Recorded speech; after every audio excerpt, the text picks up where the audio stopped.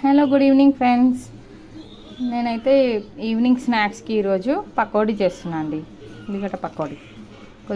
దీనికి కావాల్సిన పదార్థాలు ఏంటంటే శనగపిండి తీసుకున్నాను, కొద్దిగా కారము, ఉప్పు, ధనియాల పౌడర్, అల్లం వెల్లుల్లి పేస్ట్, ఇలా ఉల్లిగడ్డలు కట్ చేసుకున్నాను. ఇవన్నీ మిక్సప్ చేసి ఆనియన్స్ వేసి ఇలా మొత్తం మిక్స్ చేసేసుకొని స్టవ్ పైన ఇలా ఆయిల్ పెట్టుకున్నాను.